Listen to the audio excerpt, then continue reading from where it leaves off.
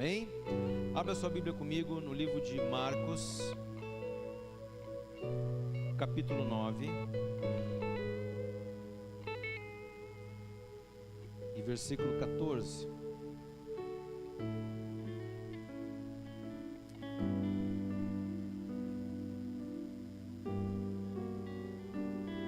Amém?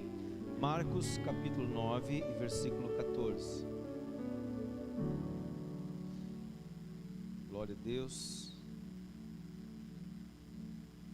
Lá diz assim: quando eles se aproximaram dos discípulos, viram numerosa multidão ao redor, e os escribas discutiam com eles. E logo toda a multidão, ao ver Jesus, tomada de surpresa, correu para ele e o saudava. Entre ele interpelou os escribas que discutisse com eles, né? E um dentre a multidão respondeu: Mestre, trouxe-te o meu filho, o meu filho, possesso de um espírito mudo, e este, onde quer que o apanha, lança-o por terra, e ele espuma, ri-lhe os dentes e vai definhando. Roguei a teus discípulos que o expelissem, e eles não puderam.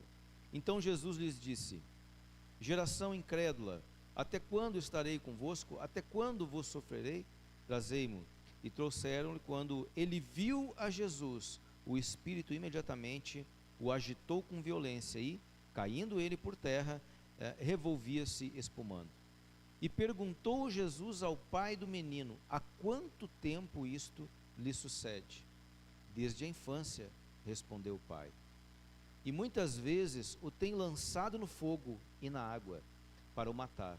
Mas se tu podes alguma coisa, tem compaixão de nós e ajuda-nos. Ao que lhes respondeu Jesus: se podes, tudo é possível ao que crê. Diga comigo: tudo é possível ao que crê.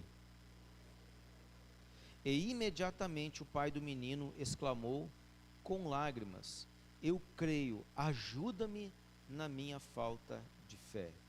Vendo Jesus que a multidão concorria, repreendeu o espírito imundo, dizendo-lhe: espírito mudo e surdo, eu te ordeno, sai deste jovem e nunca mais tornes a ele. E ele, clamando, agitando muito, saiu, deixando-o como se estivesse morto, ao ponto de muitos dizerem: morreu. Mas Jesus, tomando-o pela mão, o ergueu e ele se levantou. Quando entrou em casa, os seus discípulos lhe perguntaram em particular: por que não podemos nós expulsá-lo? E respondeu-lhes: esta casta não pode sair senão por meio de oração e jejum. Amém? Pode sentar em nome de Jesus. Pai, essa tua palavra nos dá discernimento nessa noite, para que possamos, Senhor, compartilhar aquilo que o Senhor tem ministrado ao nosso coração. Queridos irmãos, essa palavra ela acontece também, né? Ela está relatada também no Evangelho de Mateus, no capítulo 17. Nós inclusive trabalhamos aqui na mesa de crescimento na segunda-feira. Nós trabalhamos aqui um pouco sobre essa palavra, né? Na quarta-feira também, né? Ela está também no livro de Lucas, capítulo 9, né? Do 37 em diante. E é interessante a gente perceber que quando nós falamos dos evangelhos, cada um dos evangelhos tem uma peculiaridade, né? Não sei se você sabia disso, né? Mas digamos assim, é notório que a gente fale sobre isso às vezes, né? Em algum momento na teologia. Mateus significa o evangelho do homem, ou seja, traz a questão da humanidade de Cristo. Quando nós abrimos o livro de Mateus, no capítulo 1, nós vemos o relato da genealogia de Jesus. Então, você está falando da humanidade de Jesus, está falando, né, de algo, né, quem gerou, de que linhagem Jesus veio, né? E quando a gente começa a conhecer um pouquinho da história bíblica, a gente começa a aprender por que Jesus é o leão da tribo de Judá, né? Então, ou seja, aqui em Mateus fala do homem, né, da genealogia de Jesus, da humanidade de Jesus, né? O Evangelho de Lucas, né, fala, né, é apelidado do Evangelho do boi, ou seja, do serviço, né? Certo? Então você vai ver, né, Cristo, né, você vai ver a expectativa de um Cristo servo. E ele já começa lá no capítulo 1 falando do sacerdócio, quando fala lá de Zacarias, né, e fala também de Isabel. João, nós sabemos que João é o evangelho da águia, porque ele começa com o quê? Falando da genealogia espiritual de Jesus. Veja que Mateus fala da genealogia natural do homem Jesus, mas quando chega em João fala o verbo que se fez carne e o verbo estava com Deus, né? Então você está falando de uma genealogia espiritual de Cristo, né? Então é importante a gente ter essa perspectiva. E quando nós falamos de Marcos, nós estamos falando do evangelho do leão. É o evangelho da atitude, é o evangelho do detalhe dos fatos. Veja que essa narrativa aqui de Marcos capítulo 9, do versículo 14 em diante, está trazendo para a gente um contexto, está narrando aqui algo, está mostrando alguns detalhes que às vezes passam desapercebidos lá no evangelho de Lucas e de Mateus, com relação a essa mesma história. Quando nós vamos para o evangelho de Lucas, sobre essa mesma história, sobre esse mesmo relato, lá em Mateus, nós percebemos que em Mateus a ênfase está naquilo que os discípulos estão enfrentando. Tem a questão do jejum, da oração, tem a questão da fé, mas quando nós olhamos lá em Mateus capítulo 17, no início fala o quê? Fala dos discípulos, né? Eles estavam ali, né, discutindo, preocupados, por que não aconteceu, por que eles não puderam fazer? E mais adiante, no capítulo seguinte, no capítulo 18, vai revelar o que tinha no coração deles. Eles estavam preocupados com quem era maior no reino dos céus. Vocês conseguem entender? Estão comigo, irmãos? Amém? Então, ou seja, nós precisamos entender que entre aquilo que Jesus quer fazer, entre aquilo que Deus quer fazer numa vida, nós temos que estar muito atentos como instrumentos de Deus na terra. E aqui estou falando para quem já caminha com Jesus, estou falando para quem já conhece o evangelho de Cristo, estou falando para pessoas que não podem mais estar sentados nos bancos e esperando algo cair do céu no seu colo. Mas nós precisamos nos posicionar diante do ide de Cristo. Diga comigo, ide por todo mundo. Olha para o teu irmão e diz assim, ó, vai. É uma responsabilidade nossa. Isso não é prerrogativa pastoral, não é uma prerrogativa de ministério simplesmente, mas é uma prerrogativa de todos que são discípulos de Jesus. Se você não foi ainda falar de Jesus para alguém, então você ainda não é discípulo. Ai, pastor, que forte isso. Porque o ID é para discípulo. Amém? O ID é para discípulo. Eu duvido que você não tenha uma oportunidade, na semana que passou, que você não teve uma oportunidade de falar o nome de Jesus para alguém. De pelo menos dizer assim, olha, existem coisas, que só o Senhor Jesus pode explicar. E se Ele não explicar, eu posso dizer para ti uma coisa, existe uma paz que Ele bota no teu coração, que é a paz que excede todo o entendimento. Se quer saber mais sobre isso, clica nas notificações aqui no canal,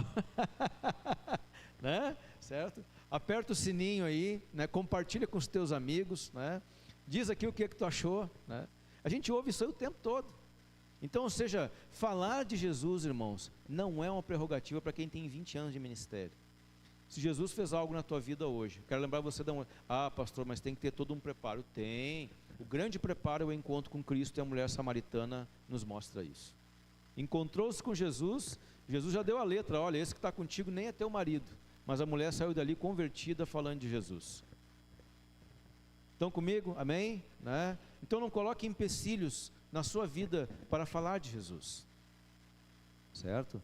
Arruma o que tem que arrumar, coloca a tua vida na presença do Senhor, e caminha com fé naquilo que Ele quer realizar através da tua vida. Você é um instrumento, irmão. O dia que você entender isso, que Deus colocou você na terra, não é para você ganhar dinheiro, talvez algum tenha um chamado para isso aqui, mas Deus colocou você na terra para você ter uma oportunidade, de fazer dele o Senhor da tua vida. E você só vai ter essa oportunidade, você não vai ter outra. Não sei se você sabe, você que está aqui nessa noite ou quem está nos assistindo, nós não cremos em reencarnação, tá?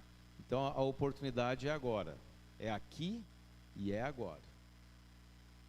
Não pensa muito até amanhã, porque daqui a pouco amanhã você pode não estar mais aqui. A vida é como um sopro. Amém? O irmão Renan trouxe aqui uma palavra esses dias falando sobre a brevidade da vida.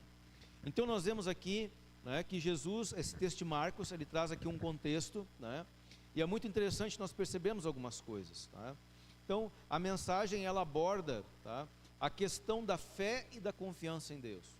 E aqui então o ponto de partida, é a narrativa bíblica que apresenta um pai desesperado em busca de cura para o seu filho. Apresenta alguém desesperado tentando trazer uma solução para outra pessoa que não tem condições de responder por si. E o texto é muito claro, esse espírito, ele atormentava esse menino há quantos anos? Quantas coisas esse pai não tentou fazer para que esse menino, para que essa criança fosse liberta desse espírito? E nós vemos aqui no início do texto que havia uma discussão, né, dos escribas, né, dos religiosos, né? Talvez não faltou certamente, né, uma simpatia para esse espírito sair, não faltou certamente, né, alguns fitoterápicos da época para que a pessoa pudesse tomar um remedinho, ver se passa. Não faltou na época, quem sabe, né, umas boas palmadas do pai, ou porque alguém chegou e disse assim: olha, ele está se infligindo, né? Quantas vezes a gente diz isso, às vezes, irmãos, a gente vê alguém doente emocional e diz o seguinte: dá uma enxada, vai capinar um pátio que isso aí passa. Nós vamos perdendo a humanidade, nós vamos perdendo a capacidade de olhar para uma pessoa e ver nela a humanidade, e ver nela o sofrimento, e ver nela a tristeza, e ver nela a miséria do pecado. Nós vivemos num mundo que jaz no maligno, não se iluda, esse mundo não tem solução a não ser Cristo. E se você tem Cristo, se você tem Jesus, você tem o dever como filho de Deus, de se posicionar diante dessa geração. Então não fique esperando um guru, não fique esperando, né, alguém dizer para você algo mirabolante. Às vezes, né, desculpa a honestidade, desculpa a sinceridade, que aqui está o Joel sincero, né? Tem coisa, irmãos, que a gente tem que tomar vergonha na cara. Tomara que não tenha ninguém aqui nessa noite que precise tomar uma vergonha na cara com Jesus.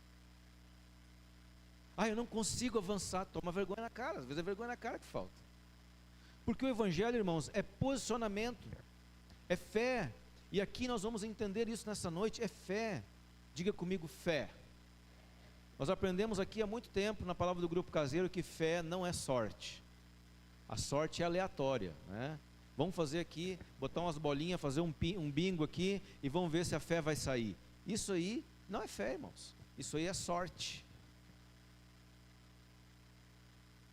É como a gente quando vai pescar às vezes e alguém diz assim: olha, será que dá traíra aí? Não, vai lá que, né? Com certeza, eu tenho fé que vai dar. No fim ele está dizendo outras palavras que ele tem sorte. Não, vamos contar com a sorte que o bicho está na água.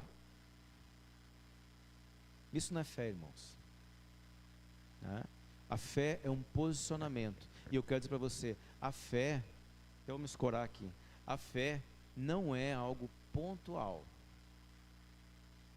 A fé é um posicionamento de vida. Escute de novo, a fé para o que é pontual, irmãos, né? É interessante, né? Deus até pode fazer algo pela sua graça e misericórdia, mas Deus quer dizer para ti assim: Deus não está interessado na tua fé pontual.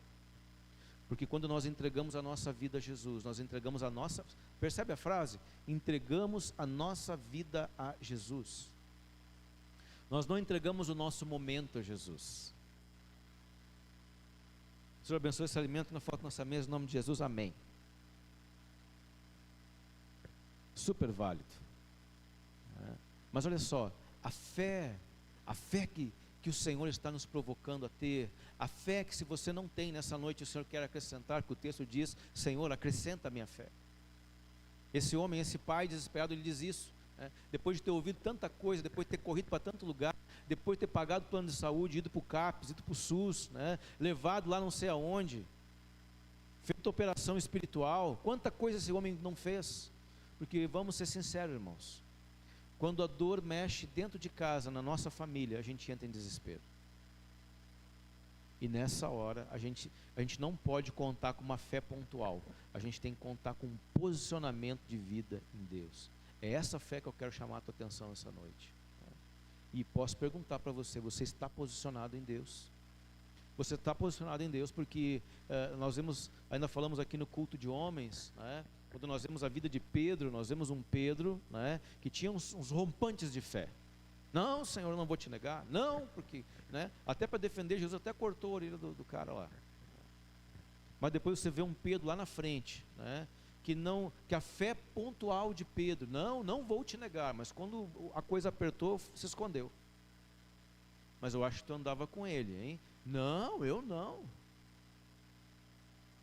A fé que vence os limites da nossa vida terrena é a mesma fé que Pedro apresenta depois, logo ali adiante em Atos, quando ele começa a pregar e ele faz o seu primeiro discurso, veja que coisa maravilhosa, coisa rica isso, irmãos. Nós percebemos que o primeiro discurso evangelístico, a primeira pregação evangelística não veio de um teólogo dos tempos, mas veio de alguém que andou com Jesus.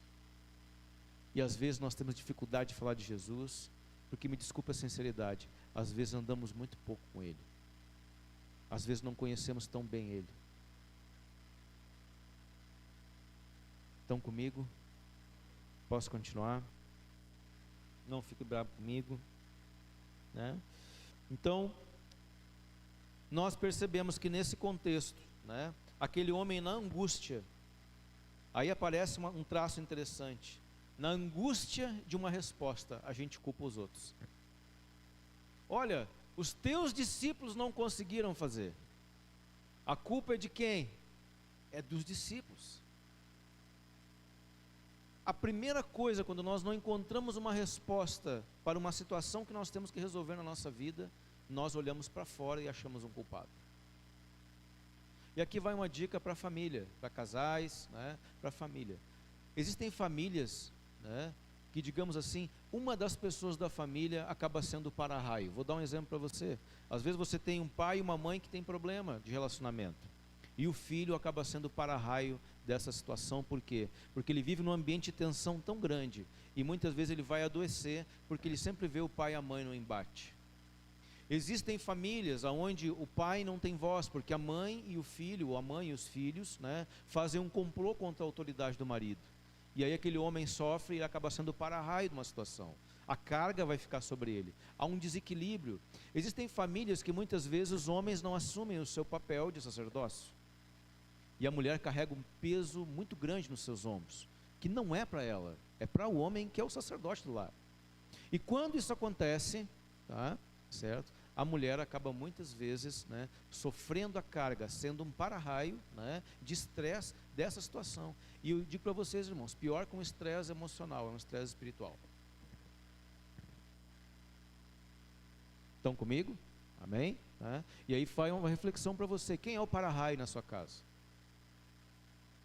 Então, se tem para-raio na tua casa, se alguém está sofrendo dano na tua casa por um descompensar familiar, está na hora de colocar as coisas no lugar, sentar, assumir a tua parte. Não, tu fica com essa parte, não pode deixar, meu amor, que eu lavo a louça, enquanto tu cuida das crianças ali, enquanto troca a fralda do fulano, deixa comigo, né? O que eu posso te ajudar? Porque não é só o homem que deve levantar pela manhã e dizer assim: meu amor, onde é que eu posso te ajudar? Mas a mulher também pode fazer isso: meu amor, onde é que eu posso te ajudar? Um filho pode fazer isso: pai, mãe, onde é que eu posso te ajudar? Mãe, deixa que eu faço isso aí. Parece até conto, né, de história de final feliz, mas, irmãos, isso é bíblico, né? E nós que somos espirituais, nós que temos a mente de Cristo, nós temos que ter esse discernimento, irmãos. Cristo não deixou de, ele sendo rei, sentar e lavar os pés dos discípulos. Então nós podemos fazer. Diga para quem está do teu lado aí: eu posso te ajudar. Não posso fazer tudo o que tu tem que fazer, né? Até Jesus precisou de um Simão, né, de um Simão Sirineu lá, para ajudar ele a carregar a cruz, mas chegou na hora da cruz, foi com ele. Então diga para o teu irmão aí: na hora da cruz, da tua cruz, é contigo.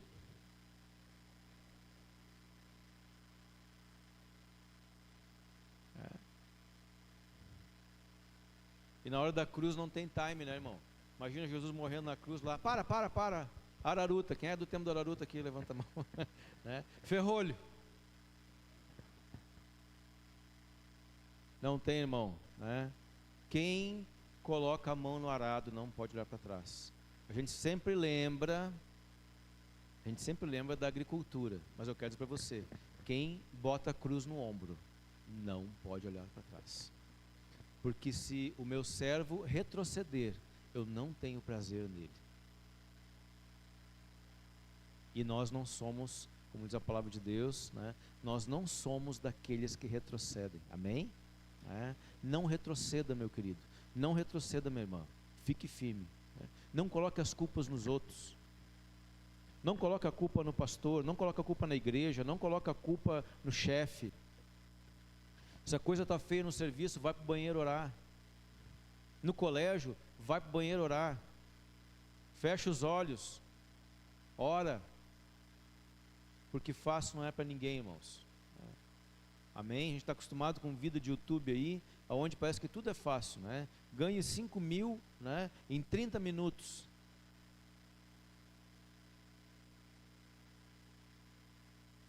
Então, aquele homem, então, a primeira coisa que ele faz, ele direciona a sua angústia, tá, para os discípulos. Então ele expressou que eles não puderam realizar a cura.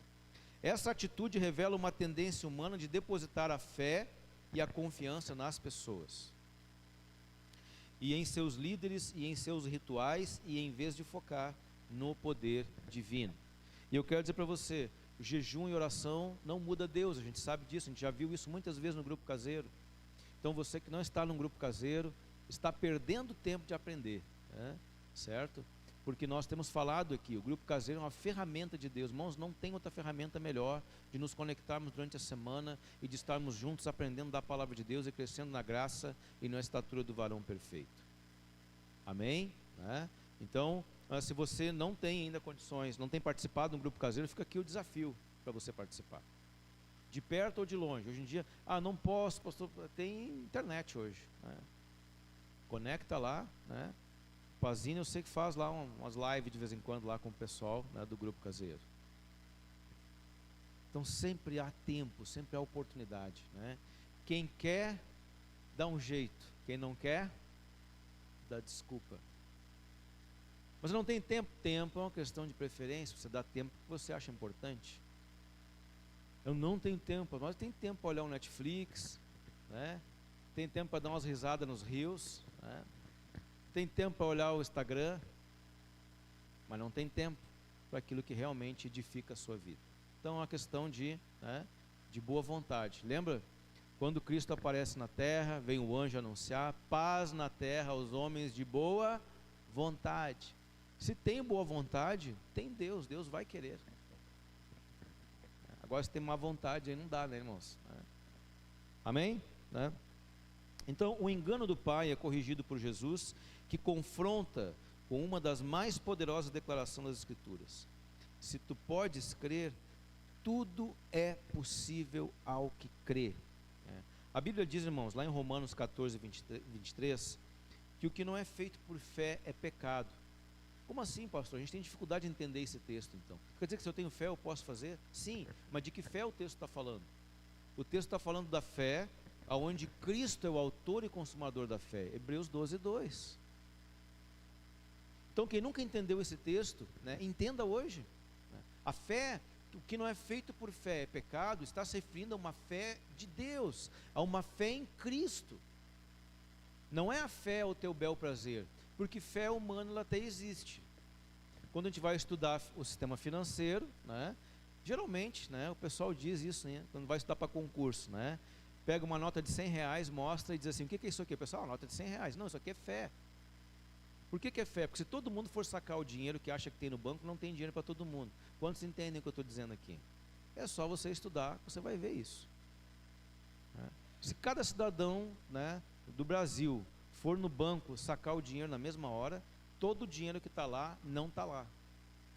Hoje, mais do que nunca, ele está na nuvem. Tá? Então, para a gente entender, então essa é uma fé humana, mas a fé divina é aquela fé que é pautada em Cristo. A fé desse homem talvez estava pautada em tantas coisas que disseram para ele fazer. Então, nós vamos sendo acostumados a um exercício de fé baseado no que o homem pode fazer. Não, eu vou no médico, agora vai dar certo. Amém? Não somos contra. Não, eu vou estudar, agora vai dar certo. Amém? Não somos contra. Mas nada se compara a você fazer aquilo que diz Tiago, né? Olha, né, vamos, se Deus quiser, iremos, faremos assim, faremos assado, né? Ou seja, né, Deus tem que estar no centro do nosso destino. E quando nós olhamos para esse texto, nós vemos que esse homem, então, Cristo corrige ele, né? Então, tudo é possível ao que crê, tá? Então, essa fé que Jesus está provocando nesse pai, olha que interessante isso, irmãos, coisa preciosa isso. Essa fé, né, que Jesus está provocando esse pai a ter, não é uma fé naquilo que os discípulos podem fazer. E vocês vão ver nos outros evangelhos o discípulo bem chateado. Mas por que a gente não conseguiu? Aqui no texto diz isso. Por que a gente não conseguiu fazer? Muito simples, porque não é a gente que faz. Ou você acha que tem algum pastor que cura alguém? Ou você acha que tem algum, né, algum mestre, né, que bota a palavra na cabeça da pessoa simplesmente porque ele é mestre? Não, tem uma obra do Espírito Santo aí, a gente não pode esquecer disso aí. Quando nós tiramos o Espírito Santo, quando nós tiramos a divindade, né, a trindade santa do processo daquilo que nós estamos trabalhando como ministério, nós estamos extremamente equivocados, porque hoje em dia é muito fácil uma igreja dar certo sem Jesus, sabia disso? É muito fácil, é só fazer da igreja um negócio, dar dinheiro.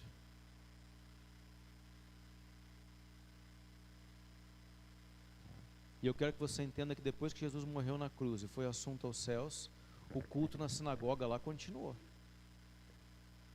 mas Deus não estava lá. Estão entendendo o que eu estou dizendo?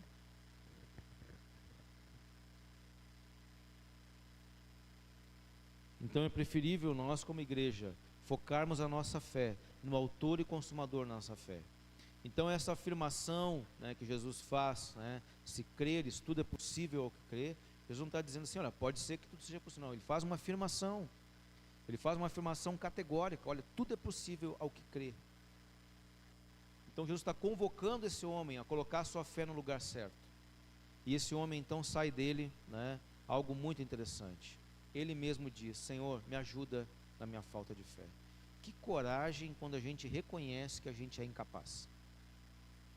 Que coragem quando a gente reconhece que não é o quanto você jejua, o quanto você ora, o quanto você mora no monte, mas o quanto você entrega a sua vida a Cristo, o quanto você confia nele. E eu quero dizer para você, não tem fé que não será testada. De novo, não tem fé que não será testada. A sua fé vai ser testada. Ai, pastor, que medo. Isso, fica com medo mesmo. E ora mais e jejua mais, porque a tua fé, ela vai ser testada. Vai chegar o dia crucial na tua vida. Se não chegou, um dia vai chegar. E eu não sou profeta do caos, mas vai chegar o dia crucial da tua vida, onde a tua fé, ela vai ser testada. E se você tiver uma fé, né, de posição em Cristo, né, você vai passar sim por dias difíceis, mas eu quero dizer para você, você vai sair na frente, né, aí sim cantando o hino da vitória, né? Amém? Então, ou seja, né, aqui nós precisamos entender, né, que Jesus está chamando a atenção desse homem, né?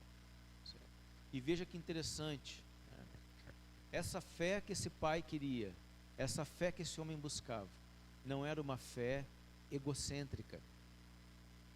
Porque vamos combinar, irmãos, a gente estuda pouco sobre a cultura da época, mas um pai ter um filho assim, ninguém queria andar perto, porque é sinônimo de maldição. A gente não tem ideia o que é um homem ter a mão mirrada naqueles tempos. A gente não tem ideia de que é ter uma pessoa endemoniada dentro de casa naqueles tempos. Havia sobre eles, né, toda uma sentença, né, toda uma segregação social. Havia sobre eles inclusive um decreto, né, que as pessoas muitas vezes comentavam e diziam assim, olha, ele está assim porque ele está pagando por algum pecado que os seus pais fizeram. A gente vê esse relato muitas vezes nas escrituras. E aquele homem, né, ele buscou uma fé para ajudar o outro. Sabe o que me chama a atenção nesse texto? Né? Que o centro não era o benefício do pai. O centro era o amor do pai pelo filho. E aí que eu entendo que o coração de Cristo se conecta com o coração desse homem. Aí nós podemos perceber um pouco mais o que é Jesus se mover por íntima compaixão por aquelas pessoas. Estou concluindo. E não vou dizer estou concluindo 4 vezes. Amém? No meio batista da pastorada disse, quando o cara disse, estou concluindo, te prepara 40 minutos. Não, estou concluindo, né? Certo? Então, essa vida abundante que nós podemos viver, né, em Cristo, ela depende sim, irmãos, de uma fé em Cristo. Você não pode ter fé, né, na Igreja Batista Filadélfia de Guaíba. Você não pode ter fé, né, no pastor Joel, né? A gente pode ter credibilidade, né? A gente pode ter, né, um olhar da igreja para nós, né, como pessoas de ministério. Mas eu quero dizer para você, irmãos, é Jesus que faz. Então, eu quero dizer para você que o sacrifício de Jesus é muito claro nisso. Ninguém pode se entrepor entre você e Jesus. Vou repetir, ninguém pode se entrepor entre você e Jesus. Nem eu, né, nem anjo, nem principado, nem potestade, Romanos.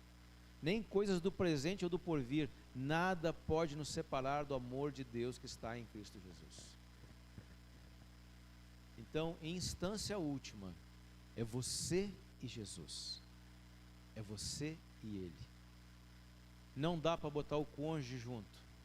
Não dá para botar os filhos junto. É você e Ele. Por mais que você ame seu filho, sua filha, né, é você e Deus. Você pode ser um intercessor, aí é outra coisa. Mas você não pode se entrepor entre a fé. Esse pai, ele fez um papel de intercessor. Esse pai, ele foi interceder, ele pediu: Senhor, acrescenta a minha fé. E o que a Bíblia diz, né? Olha que interessante, para concluir aqui mesmo, né? A segunda vez que eu falo concluir, né? Esse pai, né, quando ele expulsa o demônio, esse menino, ele cai no chão. Imagina a cena, por isso que eu falei que Marcos dá detalhes, né? Imagina a cena, esse jovem está no chão, ele está lá rilhando os dentes, espumando, né? E Jesus começa uma conversa com o pai. Perceberam isso no texto? Imagina se fosse hoje. Que coisa cruel. Por que não atende o menino de uma vez? Porque Jesus queria, naquela situação, que o pai não ocultasse nada. E Jesus faz uma pergunta para ele. O menino já endemoniado, e Jesus pergunta assim: há quanto tempo isso acontece? Por que, irmãos? Veja que interessante. Quando a gente recebe algo de Jesus e a gente não faz uma análise da nossa vida, a gente corre o risco de pormenorizar aquilo que Cristo está fazendo. Quantas vezes a gente recebe algo de Deus, né, e a gente ainda, né, é mal agradecido, porque com o tempo a gente começa a achar que aquilo é pequeno. E Jesus chama a atenção daquele pai: há quanto tempo acontece isso? E o pai então faz o quê? Busca o histórico. E talvez você precise nessa noite buscar o histórico. Faça uma análise. Desde quando isso acontece na tua vida? Porque daqui a pouco existem coisas. Essa palavra não é para a gente ficar: puxa, que legal, pô, não tinha pensado nisso. Essa palavra é para nós, é para aplicar na nossa vida. Eu lendo esse texto, né, eu olho para o meu histórico, né, e eu vejo coisas, né, que eu tenho que ser liberto. Não é para vocês só, é para mim também.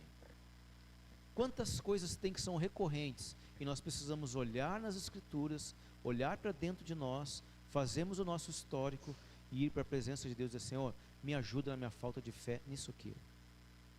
Porque aquilo que tu dá nome, lembra, a gente sempre falou aqui, pecado tem nome. Eu tenho umas coisas para resolver aí, né? Tem umas coisas para resolver, ou é pecado? E se é pecado, qual é o nome do pecado?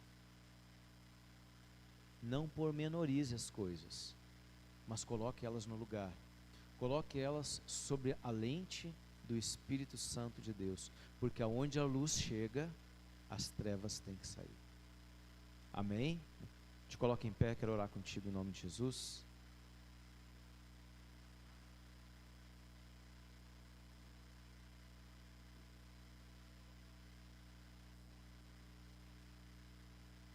A verdadeira fé é um compromisso de vida, uma entrega total e pessoal a Cristo. Ela se diferencia da crença mera e intelectual, pois até mesmo os demônios creem e tremem, mas não confiam. Tiago 2,19 diz isso, né? Crês tu que Deus existe? Pois é, até o diabo crê.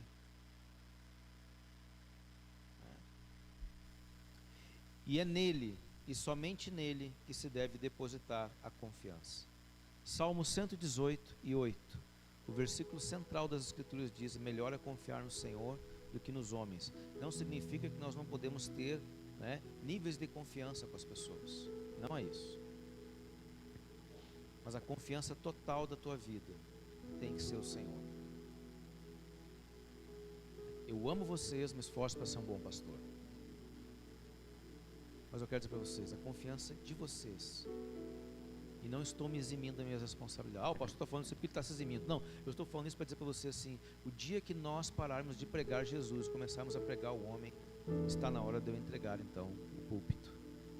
Porque uma coisa que eu aprendi com o meu pastor: púlpito é lugar de pregar a palavra, e não o homem, não a minha alma, não as coisas que eu gosto e que eu quero. O apóstolo Paulo diz o seu discípulo Timóteo: prega, pois, a palavra. E preste muita atenção onde você anda bebendo, as fontes que você anda tomando. Se tem palavra, amém. Se não tem palavra, sai ligeiro daí, porque isso vai te envenenar. Diante daquilo que nós lemos nessa noite, a grande reflexão, a grande pergunta que se impõe é: em quem você tem depositado a sua fé para superar essa dor ou esse mal que rouba os teus dias? Onde é que está a tua fé para você romper, superar, suplantar e ouvir de Cristo aquilo que esse homem ouviu quando Cristo disse para esses demônios saírem e não voltarem nunca mais? Por que que existem coisas na nossa vida que voltam? Porque a nossa fé nessa área não está consolidada em Deus. Porque sim, muitas vezes podemos ser assediados pela mesma coisa, podemos ser assediados pelos fantasmas do passado, mas eu quero dizer para você: o pecado jaz à porta, mas cumpre a ti dominá-lo. Cumpre a ti colocar a tua vida, não é o teu momento, é a tua vida nas mãos de Deus. A gente canta, né? Se Deus fizer, Ele é Deus, se não fizer, continua sendo Deus, mas muitas vezes nós não nos comportamos assim. Então nós vamos ministrar assim, né, uma estrofe desse louvor, né, e o coro, e logo em seguida eu quero estar orando com você. Mas eu queria que você olhasse hoje, né, para dentro de você, através dessa palavra, e você pudesse fazer essa reflexão da sua vida. Olha para o teu histórico aí, o que é que está se repetindo? Que dor é essa que você não consegue avançar? O que é isso que te parou, que te travou? Às vezes parece que é uma coisa que aconteceu agora, mas são gatilhos de coisas que estão mal resolvidas na tua vida. É a afirmação de alguém, é a afirmação do pai, da mãe, a afirmação da igreja, a afirmação de ministério, a afirmação no mercado de trabalho. Eu quero dizer para você, muitas pessoas podem afirmar você, mas nada se compara quando Deus afirma você. Você tem que saber quem você é em Deus. Feche teus olhos, os irmãos vão estar ministrando. Aproveite esse tempo, irmãos. Você não vai cantar a canção, quero que você ore.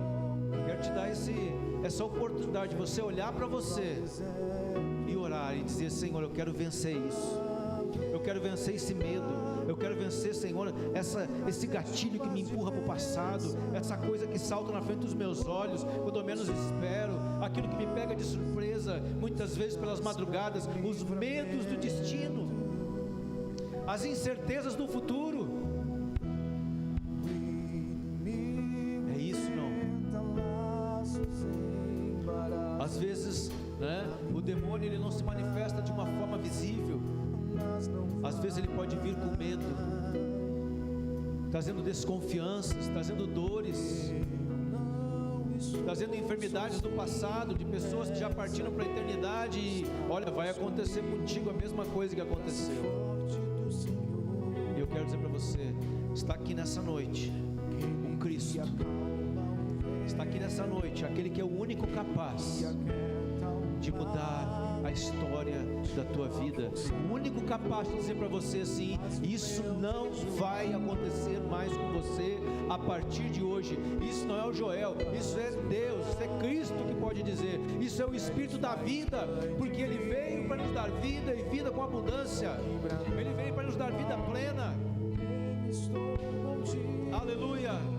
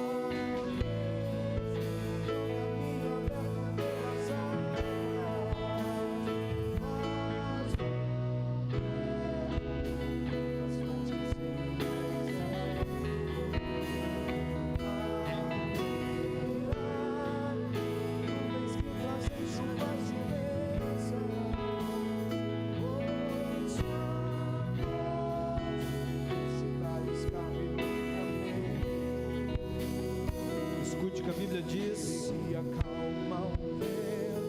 Escute o que a Bíblia diz em Hebreus capítulo 11. A Bíblia fala o que é fé. A fé é a certeza das coisas que se esperam e a convicção de fatos que não se podem ver. Vou repetir: a fé é a certeza das coisas que se esperam e a convicção de fatos que não se podem ver. E sim, você pode orar nessa noite. Você pode dizer: Senhor, acrescenta a minha fé. Eu reconheço. Esse homem reconheceu a sua incapacidade. Ele reconheceu que ele estava, os seus olhos estavam no lugar errado. E ele reconheceu a presença de Jesus. E nessa noite eu te convido a reconhecer a presença de Jesus através da sua palavra, porque Ele é a palavra, Ele é o verbo vivo que se fez carne. Eu quero orar contigo nessa noite em nome de Jesus. Pai querido, nós estamos aqui diante de Ti e nós queremos colocar o nosso coração, a nossa vida diante de Ti. Eu sei, Deus, que quem sabe nesta noite existem pessoas aqui ou que estão nos vendo pela internet que precisam, Senhor, romper, que precisam, Senhor, em nome de Jesus, avançar. Mas Deus, diante de algo que tem travado a sua vida, um problema ao qual essa pessoa tem andado em volta desse problema anos e anos. E o Senhor está chamando a atenção nessa noite. Se tem falta de fé, filho, filha, se tem falta de fé, peça. Porque no pedir você reconhece que você não é suficiente. E quando nós declaramos que não somos suficientes, aí sim, o Teu poder se aperfeiçoa na nossa fraqueza.